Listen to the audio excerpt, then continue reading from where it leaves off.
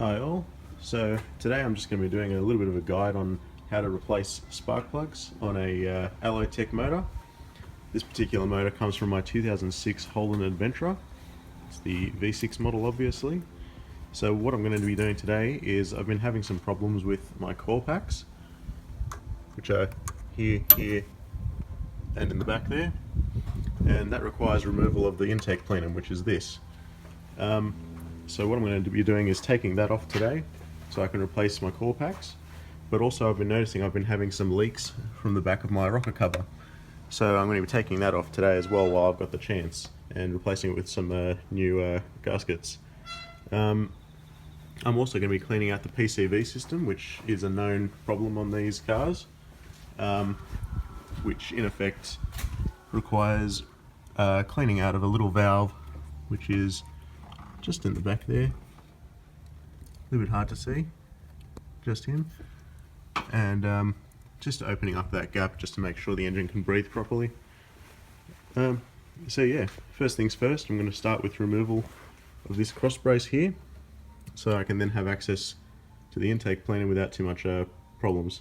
So I'll get that done now.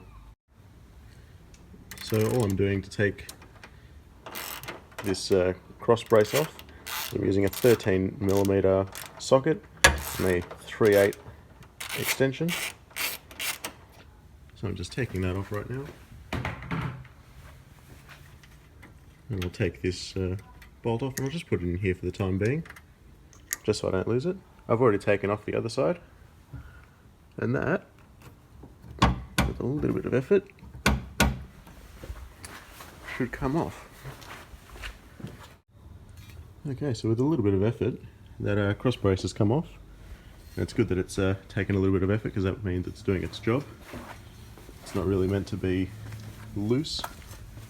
I'm just going to put that down here on the ground, and just to make life easier on myself, I'm just going to get these bolts and just loosely put them back where I found them. These bolts also have the purpose of holding in the spring, but seeing as the car is on the ground at the moment, they don't really need to be super tight. Just putting them on there just so I don't lose them, just so I'm not going to be confusing them for any other bolts. Alright, so next thing we're going to do is take this intake pipe off. Now usually what we would do is take off the top of the airbox here, but seeing as we don't really need to have access to this area, and also because I don't want to take my filter out, what I'm going to be doing is just loosening off this, and then removing this as one part. This also means I won't have to disconnect this or worry about replacing a gasket which is in here.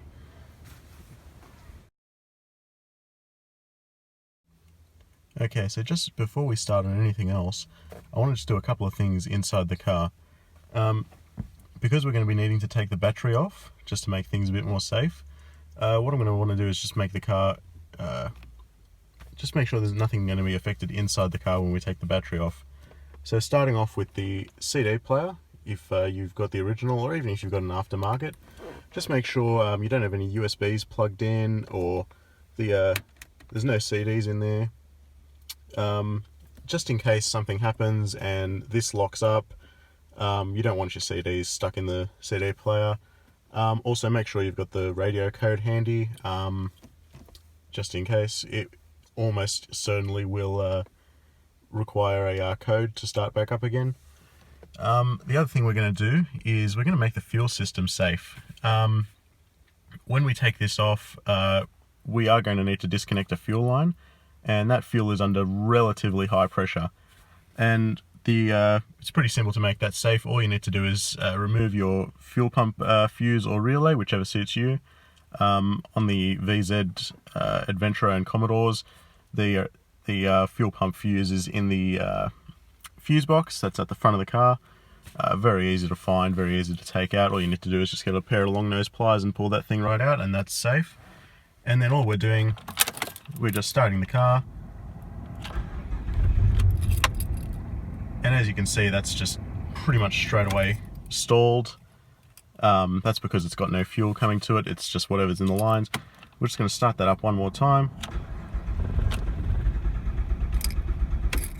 And that's it, that's just free cranking at the moment on the starter, so I've just turned that off. Do that, and we'll take the keys out of the ignition and put them somewhere safe so nobody's tempted to come and turn them. At the same time, you could put these inside your house or in your toolbox, wherever it suits you, because the battery will be taken off and the keys aren't going to do anything at that point. So yeah, just a good idea just to put them somewhere safe, especially if you're going to go inside for a cup of tea halfway through this. Just makes everything better. So at this point, what I'm just going to do is take off the negative terminal of the battery. What this is going to allow is just to make sure I don't mess anything up when I start taking off electrical connectors. So it's just going to make life a little bit more safe for me. So I'm just going to loosen that off with my 10mm, which is on a 1/4 drive socket. I'm just going to take this off. What I'm also going to do is, as you can see, it has a tendency to want to reconnect. So I'm just going to get that and wrap it up in a little bit of towel just so it's insulated. Okay, so before we muck around with any bolts, I'm just going to make sure that we've taken off as many connectors and vacuum hoses as we can find, at least connecting to the intake plenum. So starting off, that's going to be your PCV over here. There's your throttle body connector down here. There's these two vacuum tubes, one here and the opposite one here. These pull off. They can be a little bit tight if they've never been taken off before. There's this little dooble wacky here, which is just connected by this to this point over here with a screw. I've just unscrewed that and put the bolt back where it came from. Also, there is a electrical connector back here, which I've taken off from there, and this, which I believe is the pressure sensor here, and that connector there. And finally, last but not least, there is a tiny little hose which goes onto here, which is this little white thing here. Has a little hose connected to the end of it, hard to see, and of course the brake booster hose which connects to that. So now, as far as I can see, we've taken everything off the upper intake plenum. So what we're going to do is just undo all of these bolts. I believe there are 6, the last one being way down there somewhere. Don't quote me on that, there's probably only 5. So yeah, we're going to take those out and go from there. And so once again, we just get our trusty 3/8 ratchet, which is on a 13mm drive, and we're just going to be undoing those. Now, what I've done, just to make sure we don't warp anything, because this is aluminium, I've actually started 1, 2, 3, 4, 5, and when we put that back, it's going to be the exact opposite way. That just makes sure we don't warp anything. We're going to be gentle with those, and we're also going to try and keep them in relative order to where they came out from. Okay, so what I've now done is taken out all those bolts, as you can see, and to make sure I put them back in the right spot, I've actually made this little setup, which is just a very simple picture of the intake plenum, and I've just pushed the bolts through where they actually go on said plenum. Now, the reason why I want to keep them in order is because of that. As you can see, one of them is a lot shorter than the others, and keeping them in order just makes sure that when I retension them, I'm not going to be putting anything in the wrong spot. Also makes sure that the threads match up. And of course, as such, it pays to take it slow and steady when removing things like this, especially the first time, because wouldn't you know it, in that back corner there was another bolt, as we can see. So instead of trying to rip the thing off, I've just slowly just moved it and lo and behold, something was holding it in that back corner.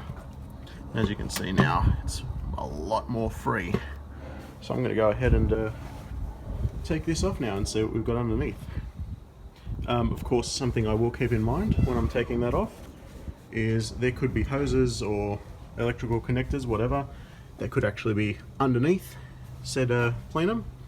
So I'm just going to be very careful when I take this off and just make sure that there's nothing up in there that could be connected and I could accidentally damage when I take this off. So I'm going to go ahead and do that now.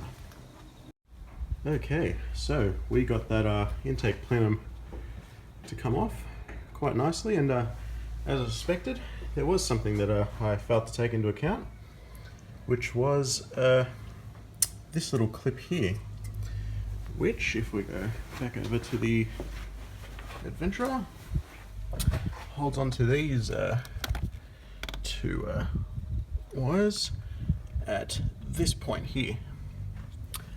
And so if we just look at that, that was causing this whole piece to come forward. So we'll just move that out of the way just a little bit.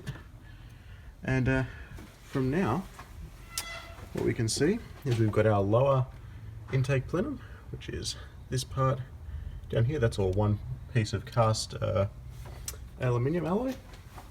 And we can also see our fuel rail, which is this dude right here. So we're going to go ahead and take that fuel rail off first, which is why we depressurize the fuel system. So if we take a look at that, what we can see is we've got our fuel line here that unclips from there. We've also got this little valve here which we can also further depressurize the system. And what we're going to do from there is just unplug all of these electrical connectors quite gently and take this piece off from here and just connect it from here. This plug here, we'll put that out of the way. We'll lift the fuel rail out as one piece, and from there we'll undo these bolts. You can see them down in there, and this should come out. Now this is not a necessary step if you're just disconnecting the your coil packs here, because obviously now you've got very clean access to them. However, we will be taking out the rocker covers because they are getting a little bit old and they're starting to leak. So we will be taking this out just for ease of access and going from there. The other thing I wanted to point out is you can also see in there, it's not really the cleanest. There's a little bit of gunk and build up in there, so we're going to just give that a little bit of a wash in the background, just to make sure we don't have any rubbish going around in there. Just makes our engine breathe just a little bit easier. So we'll do that. Just another thing I wanted to touch on was these gaskets here. These are something that you're going to be wanting to be taking off, throwing them away. They've obviously gone way past their use by date. There's no rubberiness left to that. That's pretty stiff. That should be nice and flexible. Also, these surfaces here, you're going to want to go over that with just a little bit of 1000 grit sandpaper or some Scotch-Brite. Just make sure it's nice and smooth and especially clean before you put anything back together. And always get rid of these because they're no good anymore. Okay, so as you can see, we're gonna try and take off our little fuel injector clips. These are the electrical connectors for the fuel injectors, which are those little dudes right there. Now to take these off, relatively simple. All we're going to do is just get our long nose pliers, pull that up, and then if you look carefully, this part here interfaces with a little clip that's down there. So if we get our long nose pliers again, just putting it over the top like that, and if I can get it right, squeeze, And look at that, they come off nice and easy. Even after what I presume would be to be years stuck to those fuel injectors. So we'll just go take another one off right now. Squeeze, and off he comes. So at this stage we've got most of the things out of the way.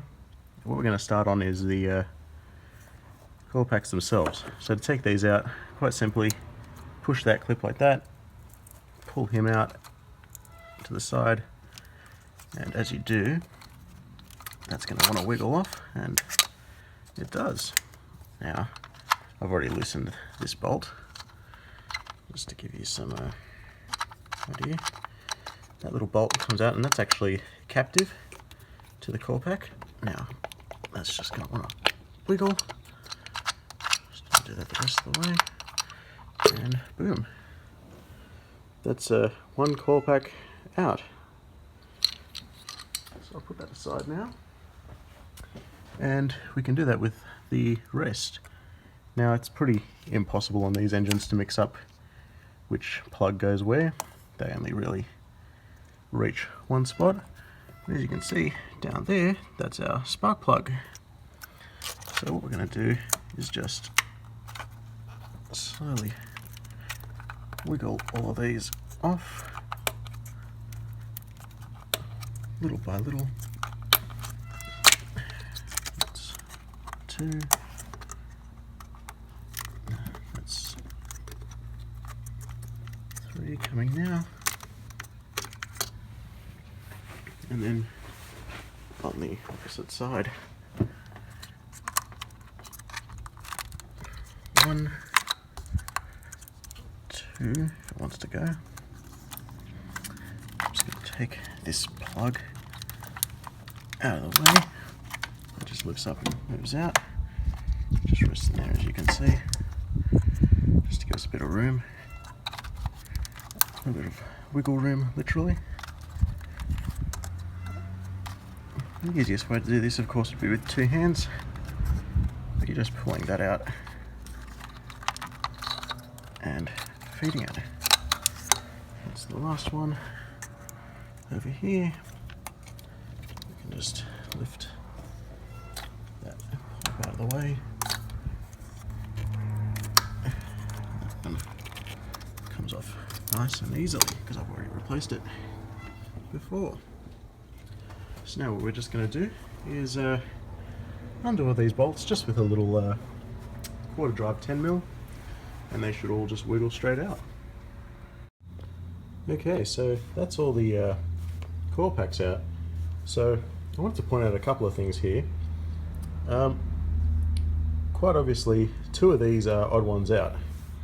So we've got 3 which appear, well, 4 rather, which appear to be quite shiny, a little bit different. Now, this one here was actually one that I replaced earlier, and that's from another Commodore. That's spark plug number 6. I'll get back to that later. This one, I don't know if that's been replaced or not, but it seems to be a little bit different just in the finish. So I'm wondering if maybe this one had previously failed.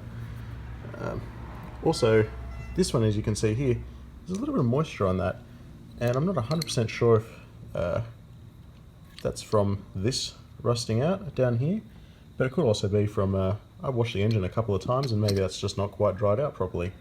So either way, that was a little bit hard to get out, and I'm going to be replacing that as well. As you can see, the rubber on this is a little bit hard, so it's probably not doing as good a job of sealing as it should be. Now, this dude here, number 6, I want to point out, as you can see, there's a little bit of foam on the back of this dude, right here. Now that was consistent from my donor car, and it was also consistent from the old one, which was failing previously. Now, I want to point out why it's necessary to have this tiny little piece of foam here, because if you look, if we go back to our engine bay, which is now free of coil packs, you've actually got your heater tap here and your heater hose there, and when this is back completely where it belongs, this surface down here will actually rub on the back of that coil. So it's important to just keep a little bit of just something on the back of that coil pack there, especially if you've got new ones, just so you're not getting any rubbing, you're not going to get any problems in the future. Now, with these also, if I wasn't replacing coils and I was just doing straight spark plugs, I would actually keep these in some form of order, just so I know which is going where. You don't want to mix up your coil packs, because if you put them back, one starts misfiring. You don't know if that's because you've put them in wrong, or if one of them was already going to fail. Perhaps like this one, he looked about ready to go next. With me though, I'm completely replacing all of these because they're a little bit old. They've been giving me some problems and not much power. So it doesn't really matter if you keep them out of order or not, because they're just going to be sent to recycling anyway. Okay, so now we're getting to the fun part of the video, which is actually removing those spark plugs down there. So what I've got here on the VZ Commodore, at least with the Alloytec engine, is I'm going to start off with a 16mm spark plug socket. That's a specialist socket. As you can see, it's got a little bit of a machining on the back there that just distinguishes it, and inside, I don't know how well you can see that, but there's a little bit of rubber. Now what that's going to do, that's going to go around the insulator on the top of that spark plug, and it's going to protect it, but it's also going to grip on that insulator so we can lift out the spark plug later. Also, even though that's a straight path down, always use your uni joints. That just makes sure if you do wiggle a little bit on the end of that spark plug, you're not going to be transferring the force directly onto the thread or to the insulator, especially when you're putting them back in. Won't end well at all. An extension for obvious reasons, and once again your 3/8 drive. It is going to be tempting to use something stronger on these, especially if they've been in there for a long time, such as they usually are with the new Platinum style, which last around 100,000 Ks or thereabouts. But resist the temptation, always go with one of these. You don't want to snap a thread or anything. Just be nice and gentle, and they'll come out. So what I've gone and done just there before I cut was I've gone and actually broken the seal on all of these spark plugs with my 3/8 ratchet. That serves two purposes, one of which just makes your life a little bit easier, because the last thing you want to be doing is getting that ratchet, breaking it, taking it off, unscrewing it without the ratchet, then putting it back on for each and every one. It just makes it simple. All you're really doing is just putting that spark plug socket with the ratchet on each one, just breaking it a couple of turns, and then you're going to go back and just undo them by hand. Just makes your life a little bit simpler and more fun. Now we're taking out spark plug 2 here, and whew, as you can see, if I can just focus the camera on that, that's definitely been in there a little while. It's not the best surface for making sparks. That's actually pretty worn out. I don't know if you can actually see that, but not the best. So we're just going to take out all of these spark plugs one by one, and go and find some new ones and put those in. Just a couple of things I wanted to point out now that I've got all my spark plugs out. As you can see, the tips on these not really looking the best. There's a fairly big gap in between there. As you can also see, this one, and this one. Now, this dude here, strangely enough, is not an NGK like the rest of these dudes. That is in fact an AC Delco. And as you can see, there is quite a good tip on that still, which would indicate to me that this dude here has been replaced independent of all the rest here, which is really just not a good idea. If you're going to be doing the spark plugs, replace them all at once. Replace them as a set. You just make sure that you don't have any weird differences between manufacturer. Make sure they've all got the spark gap, they're all the same.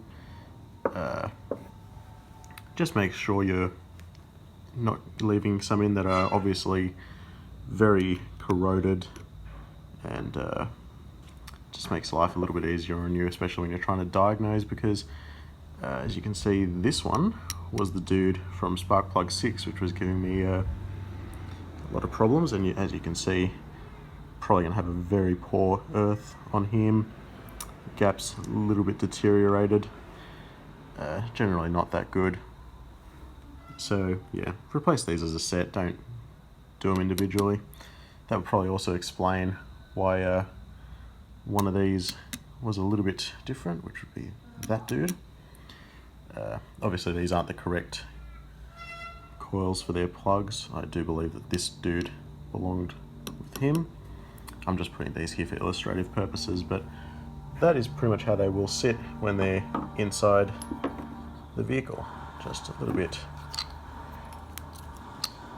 further in there, like so. That's pretty much how it will sit when it's inside the car. So I've got all my new ones, they're pretty much ready to go in.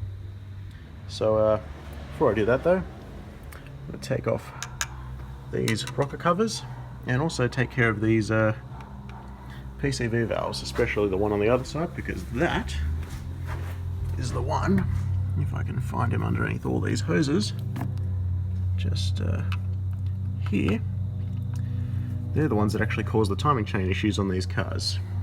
As you may know, there's a big thing with these engines. People say they're unreliable because they kill timing chains. The reality of the problem is that people never service those PCV valves, and so what happens is you're getting fresh air constantly flowing in and out of this bank here, because that's basically just an open tube.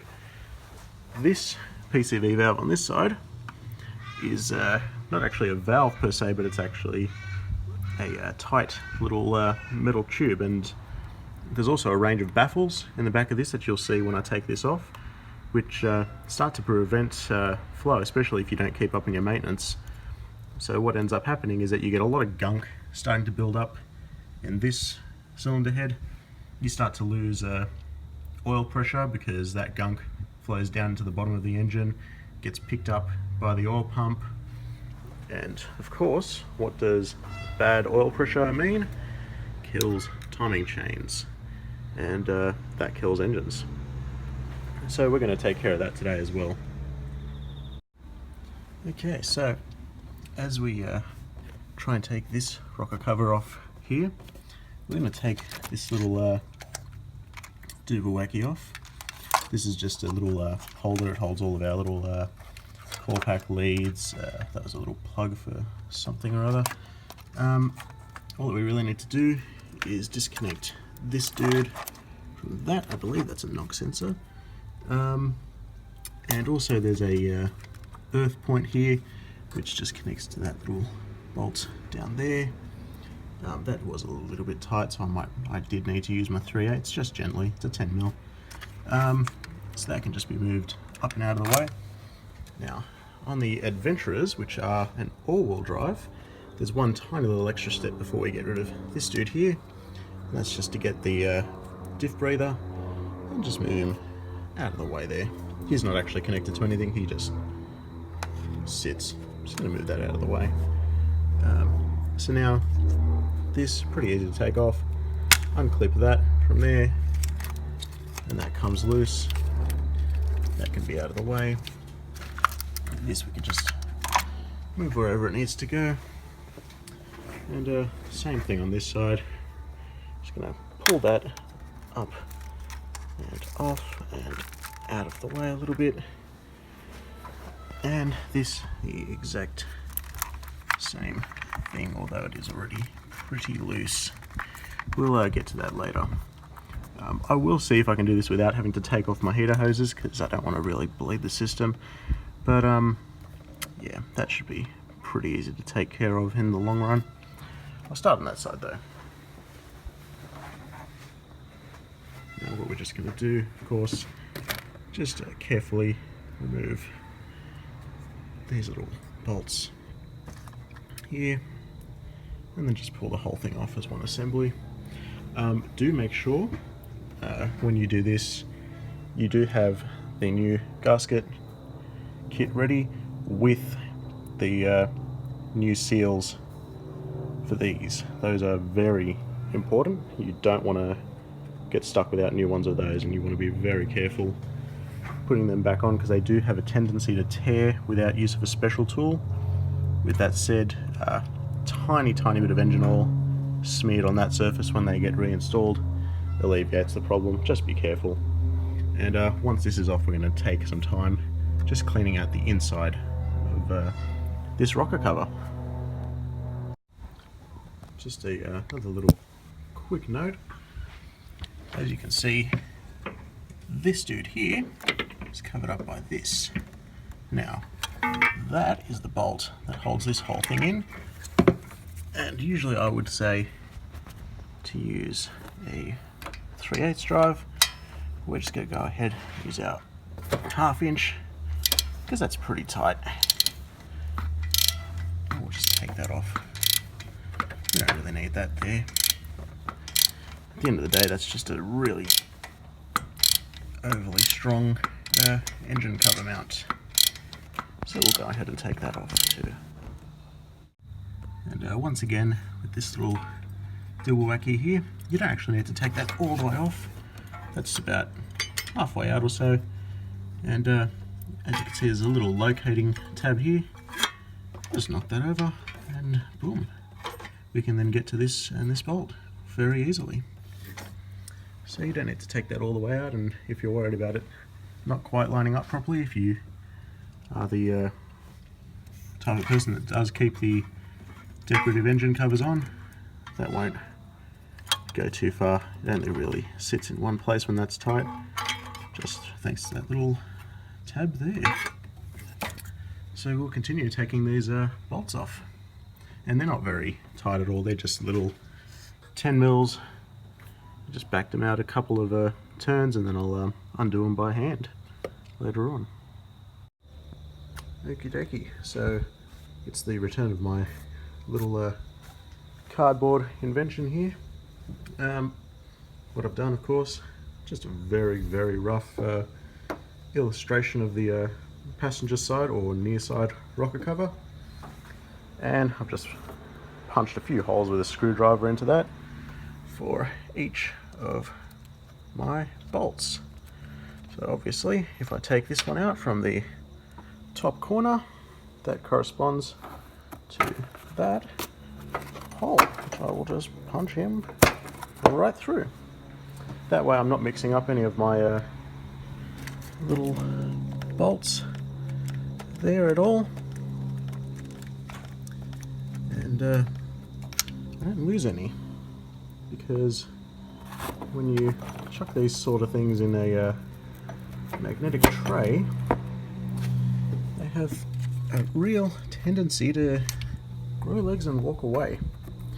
So if they're in a nice piece of cardboard like this, this is just the back of a box of juice that I found in the garbage, really. They all stay together, they all stay nice and organised and clean. And you're finishing off with the same amount of bolts that you started off with. That's a little bit tight, so I'm just going to get my extension here if I can get it. Just give me a little bit more grip on that. And I'll take him off too. Something I also wanted to point out while I'm here, while I'm twisting away on that, Holden engineers, well, General Motors engineers, whoever really made this, thought it wise to actually give you a tiny little cutout on the back of these, that bottom plenum, which is fantastic, because if you then want to take these bolts out, you're not actually interfering with it. It's just long enough. Put that there for a second. Just enough to squeeze those little screws by it. Mind you, I'm not actually left-handed. I'm just trying to do this with the one hand that I have free.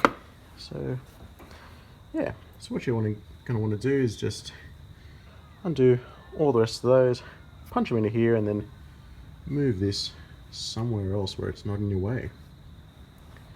And do take care of these little rubber bits. They're usually fine, they just act as a final defense to stop oil coming on out, but just be careful they don't become dislodged and disappear down into the engine base somewhere, along with most of your 10mm sockets. So yeah, have fun with that. Okay, so just a couple of things here now that we've managed to get this rocker cover about halfway off. So first things first, I've undone this central lower plenum. There's only 2 bolts holding this in, one in the front, one in the back. They came out pretty easily, and of course I've just put the bolts in a little diagram here. Now the other thing that you want to take note of is that this surface on your rocker cover is actually going to interfere with this part of your oil filter assembly, which you don't really want to take off, because that's where almost all of your oil flow is and oil pressure is coming from.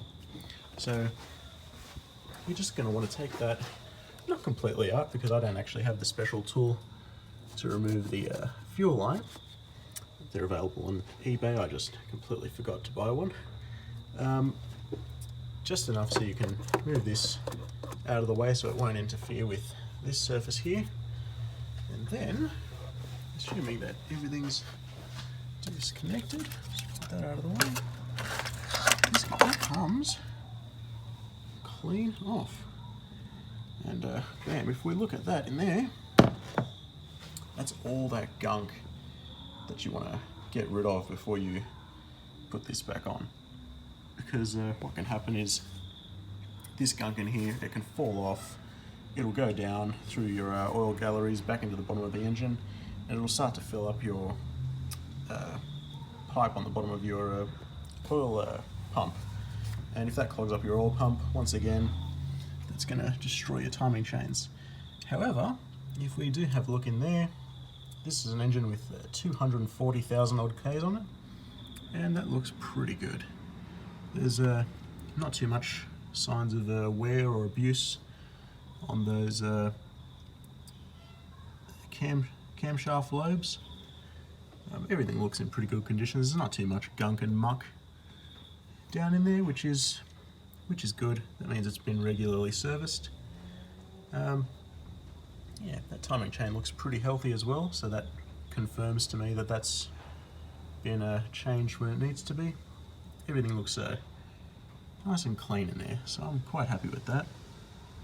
So what I'll do is I'll take this gasket off, just keeping aware that on this joint in here they have put a little bit of RTV sealant, and I will do that when I replace this as well. I'll scrape all that old sealant off and put just a little bit there and some over here that you can see that's on nice and tight, just there, and that stops any oil from seeping out through these 2 surfaces there. Okay, so for the driver's side rocker cover, what I've decided to do is to take the heater core hoses off, just so I can get a little bit of extra access to this little wire carrier here, which I've already taken off these 3 plugs. Just a note with mine, this one here was broken before I got it. So I spent about a minute or so trying to find a little tab to pull on that one until I worked out there was such a tab, it just came straight off. So I'm assuming that got broken at some point in the last 10 years or so, which doesn't really bother me. That's as long as that's on nice and firmly, it's not going to hurt anything. So to take those heater core hoses off, just going to relieve any pressure in the system just by slowly taking this off. The engine is of course stone cold, just doing that to make sure we do it right. I'm just going to leave that just loose, just so no junk falls into there. And now, I'll grab my little tool again. The way to take these off is just by getting your tool in there and pushing this little clip and this little clip out. Just put it to the side there. These, by all purposes, should with a little bit of shimmying come straight out. And I'll do that off camera because I'm probably going to need 2 hands. So I've managed to loosen up these 2 pipes, and as you can see they come off nice and cleanly, just like that. You will lose maybe 100 ml of fluid or so. All that means is you're just going to have to bleed the system out when you're finished. Now that we've got the these 2 coolant hoses off, what we're going to do is unclip this, and before we do that, unclip the PCV. Now I've already gone and taken this off just to make it easy for the camera, but the PCV, as you can see, just comes off that, and then that's connected to these 2 hoses here, so we'll just take that out. Now the way you take this out is on the back of that PCV hose. You can see there's a little tab, and you're just going to move that tab in and out, and that's what releases it. And then to get this carrier out of the way, that's just held in by a little clip there, which goes into that hole just down there. So we'll go ahead now, move those back, and just try and get that a little bit out of the way. From there we'll be able to get to our bolts. This one's going to be a little bit harder to free just because of all this stuff that's stuck in the way, but shouldn't be too hard because once we get those bolts out, it should be quite easy to take out, because as we did yesterday, we loosened all this, so there's nothing really blocking it other way on this side.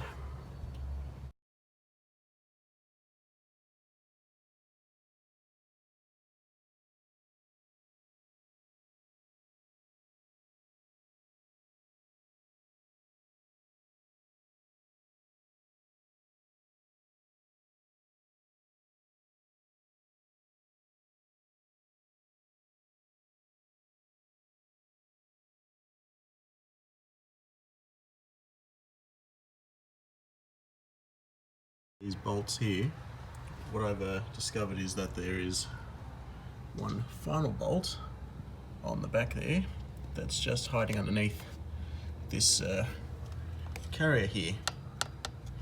And the thing that's holding on this carrier for some reason is a great big 15mm bolt. So what I'm going to do, on the end of this tab here on the back, I'm going to get my offset spanner in 15mm rather, and just loosen that up if I can. And what that'll allow me to do is push this whole unit back a little, get to that bolt, and then remove the rocker cover as a whole unit. We've got that bolt out now, so this is free to move and give us some space. Now that is the bolt, which is pretty substantial for just holding in a plastic wire carrier, but I guess they have a reason for doing that. So now we've got all of those bolts out. As you can see, there's still a lot of stuff in the way, but all of this is loose. As you can see, there's a gap there. There's nothing actually holding this on. So if we just move some of this stuff a little bit out of the way, this will lift pretty much straight off.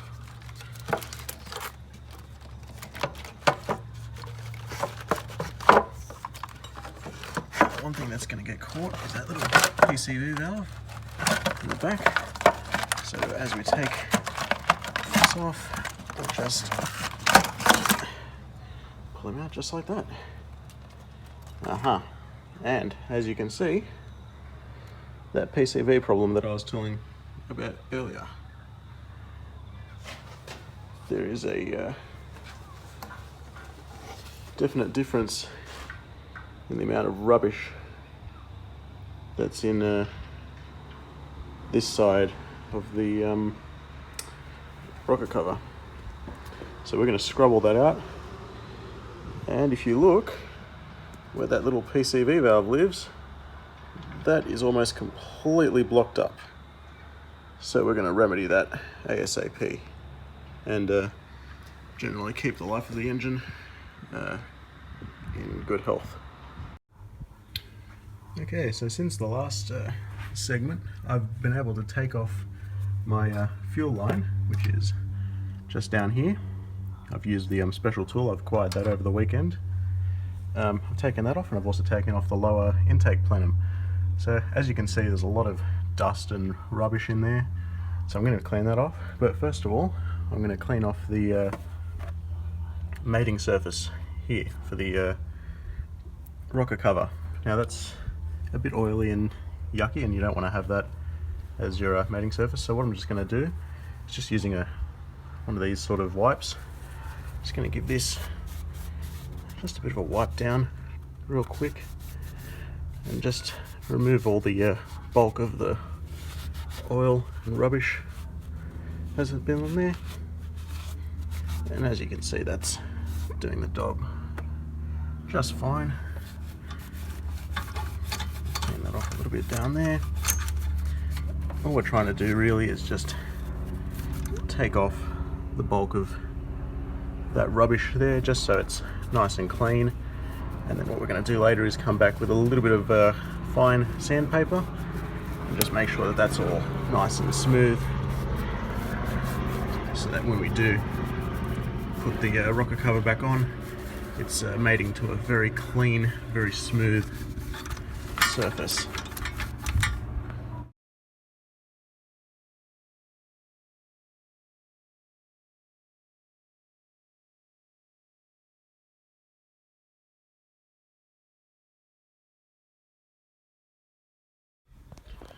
Okay, so now that I've cleaned off those two mating surfaces, what I'm going to try and do now is just get rid of all this gunk that's accumulated in here, just to make sure that that's going to seal up correctly as well. And already, even just by wiping that for a second, that's already coming up cleaner. That means it's going to seal a lot better. You're going to get a tiny bit more power out of your car as well. Alright, so just to get off some of that more well dug in stuff, I'm just going to put a tiny bit of degreaser on my rag, and I'm just going to see if I can loosen that off, and that's coming up very easily now. That's really good. I'm just going to try and wipe all this gunk off all this stuff that's on pretty tight in the back there. Just wiping it off, just so all my surfaces are nice and clean.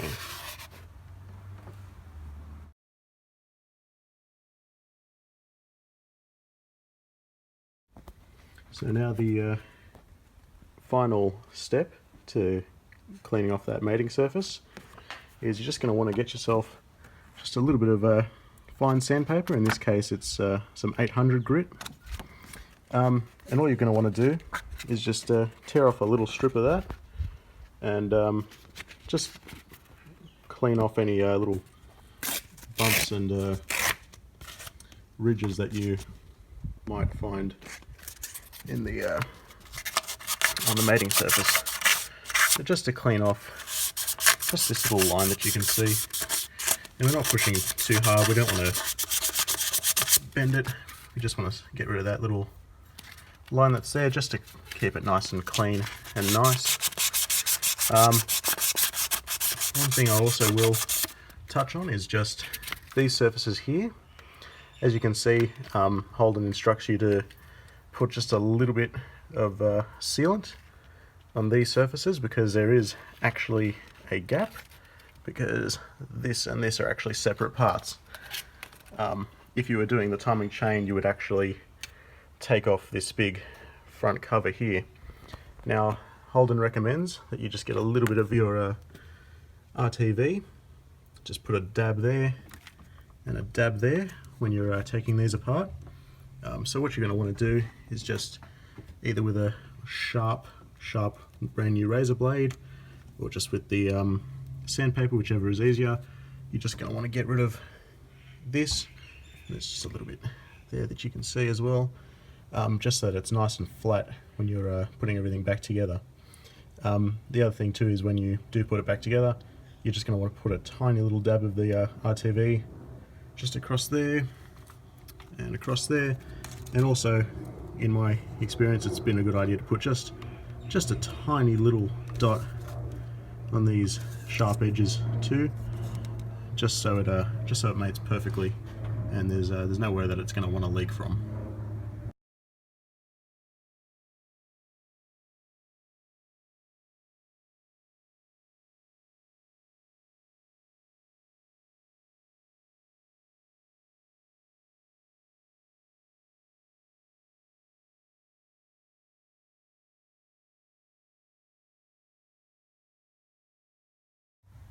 Okay, so just another quick thing.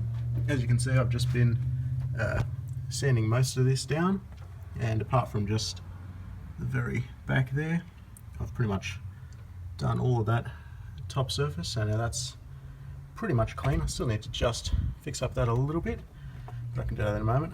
I just want to stress the importance of cleaning out these channels here, because a lot of people will neglect to do that sometimes because it is a little bit hard to get to, a little bit fiddly, but absolutely try and clean that out as best as you can, because it's the one place that you don't clean it, the one impossible to get to place, that it absolutely will leak from. It's always the way that these sort of things happen. So yeah, just make sure you spend a little bit of time getting that nice and clean. The other thing is, with that RTV sealant, making sure that you do put tiny dot there, just because as we've sanded that, we will have just barely rounded that off, and you don't want it to leak from there. So just put a tiny little dot, and that'll keep it nice.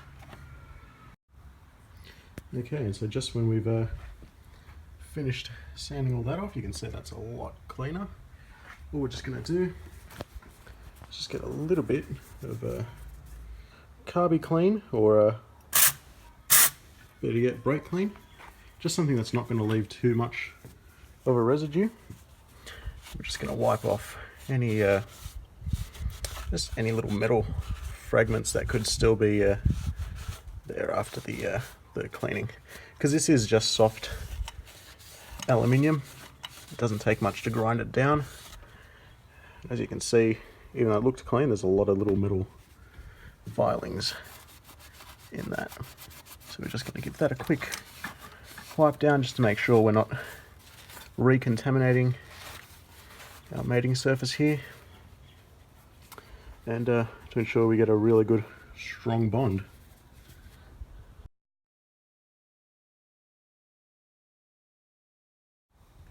Okay, so now if you just have a quick look at that, I've just very, very gently scraped off that sealant that was there. And as you can see, even at just after 5 minutes of work, that's pretty clean. You know, you don't really need to be much cleaner than that. You know, this isn't a 1,000 horsepower engine. You know, I mean, if you were doing this to a Formula 1 racing engine, you could sit there and make this perfect, but you don't really need to. All we're just going to do now is just do the exact same thing to the other side. And for the sake of the length of this video, I won't show that. We're just going to be sanding that off a little bit, just exact same procedure. And then the exact same with this, just making sure on this particular section we're not getting anything too large falling down these big inlet holes. Same thing with this, you don't really want too much rubbish falling into your oil galleries and blocking them up, but that's pretty much the procedure, just to clean those off.